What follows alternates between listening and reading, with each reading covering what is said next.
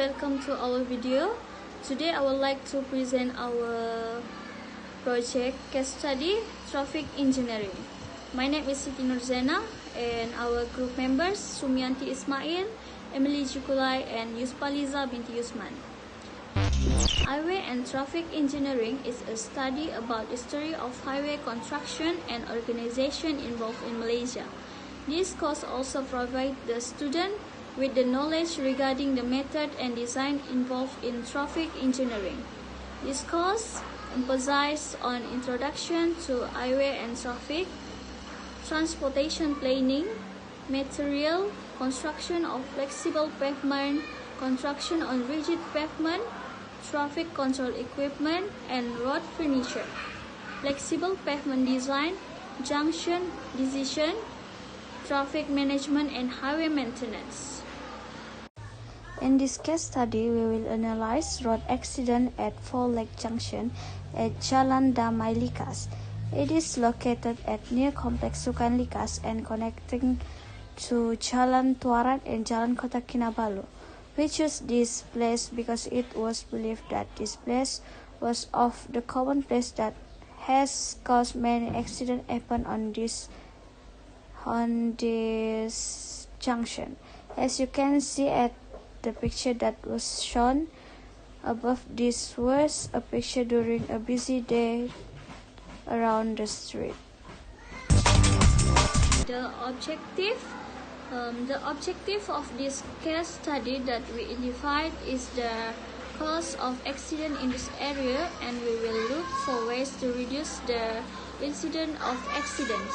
To identify how to solve a problem regarding the roads at this area, we are going to solve it with planning to build a flyover at this area to reduce accident in this.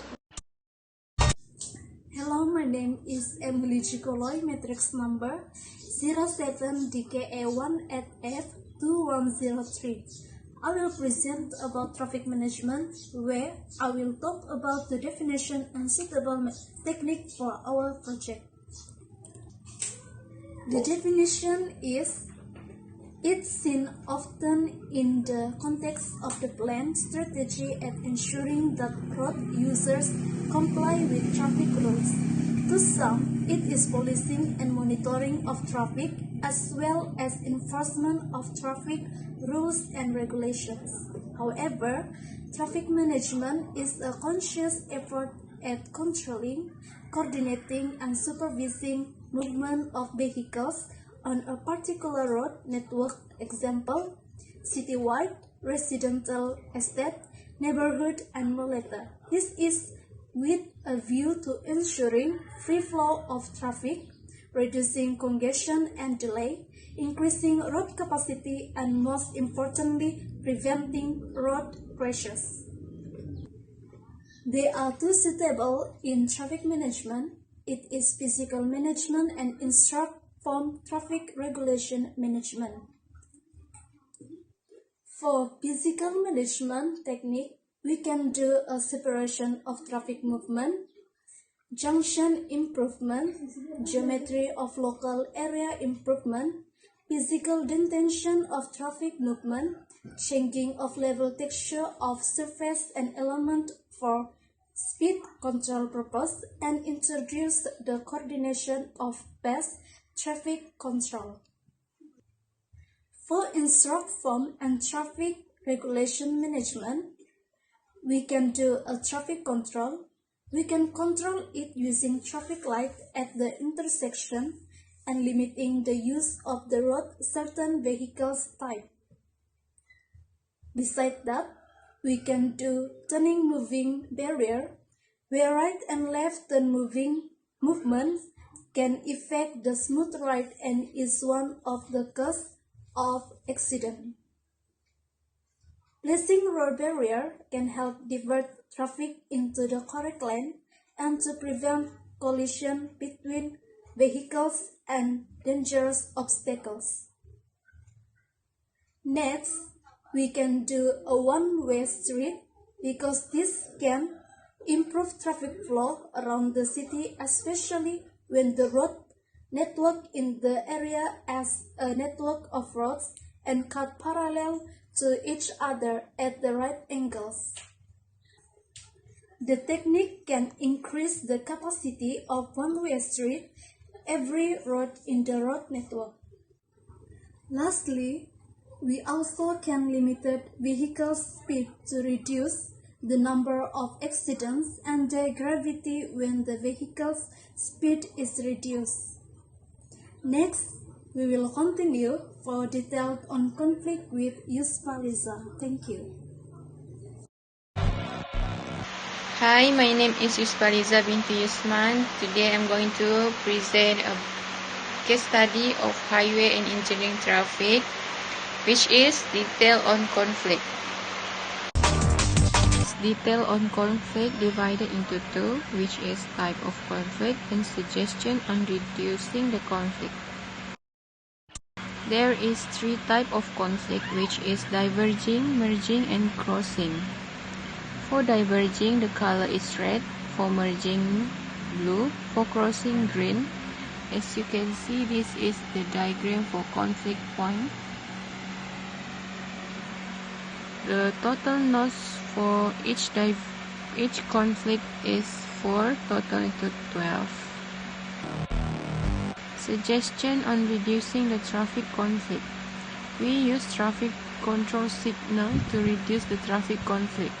Traffic signals are control devices that operate traffic by assigning right-of-way to various movements at the intersection.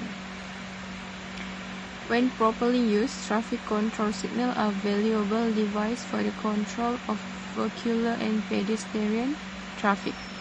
They assign the right-of-way to the various traffic movements and thereby profoundly influence traffic flow. Traffic control signals that are properly designed, located, operated, and maintained will have one or more of the following advantages. First one is they provide for the orderly movement of traffic. Second one, they increase the traffic handling capacity of the intersection. Next, they reduce the frequency and severity of certain types of crash, especially right-angle collisions. They are coordinated to provide for continuous or nearly continuous movement of traffic at a definite speed along a given route under favorable conditions. And the final is they are used to interrupt heavy traffic at intervals to permit other traffic, vehicular and or pedestrian to cross. Traffic control signals are often considered a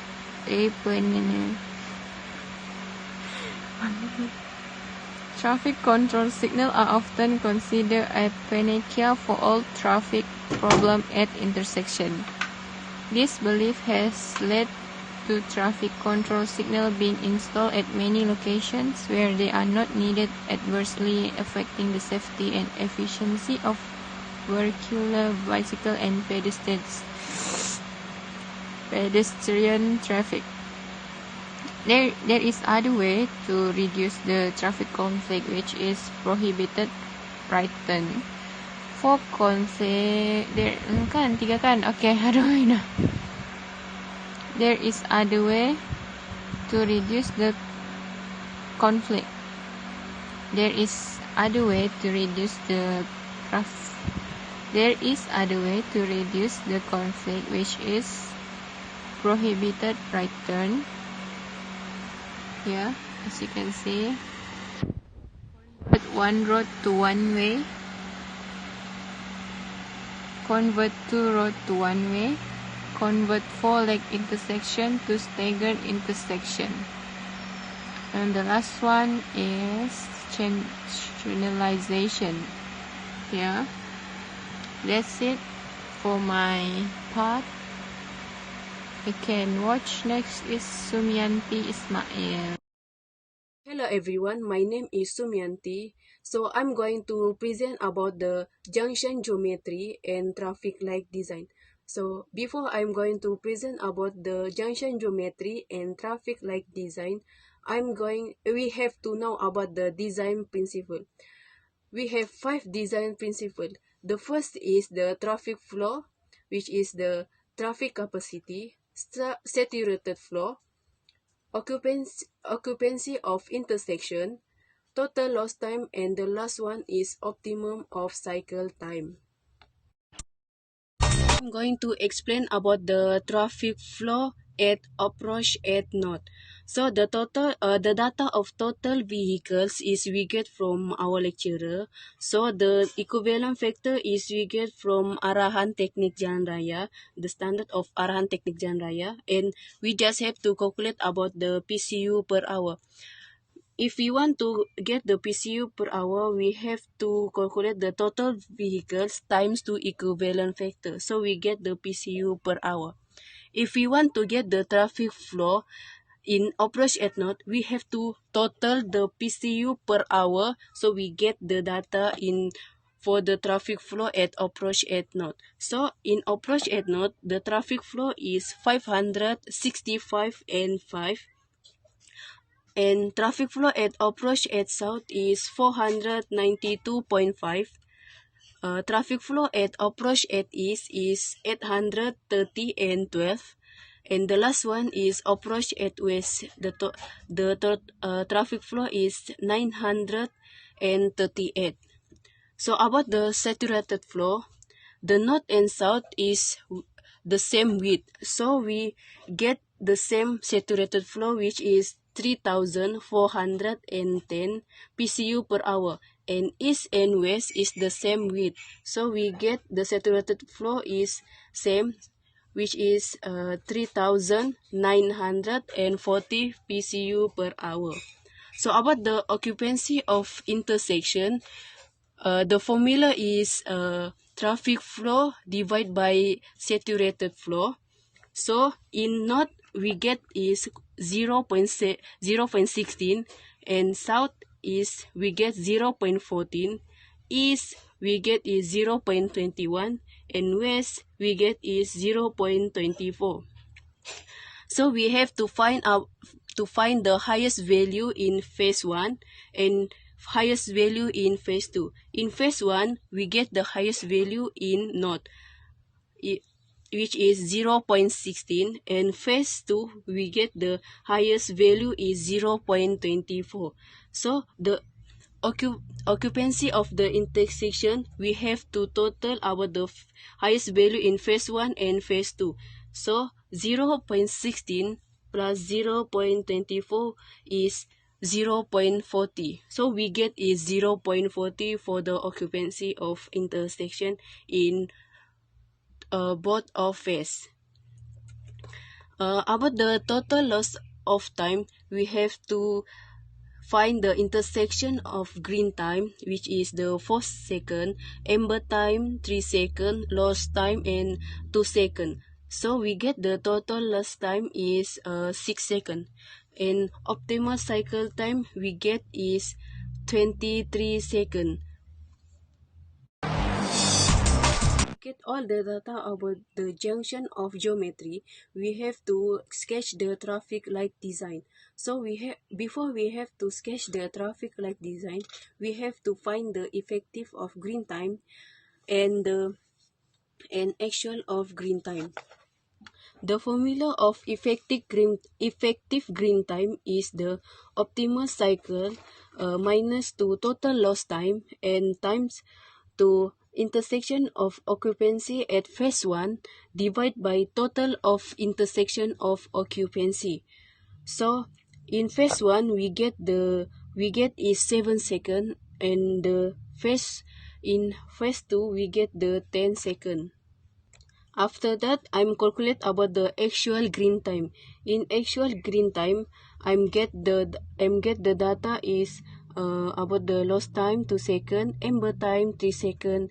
Phase 1 effective green time is 7 second, and phase 2 effective green time is 10 second. So about the phase 1, actual green time is effective green time phase 1 7 plus lost time 2, so minus 2 amber time 3, so we get is 6 seconds. So about the phase 2, we get the actual green time is 10 plus 2 minus 3, so we get the 9 seconds.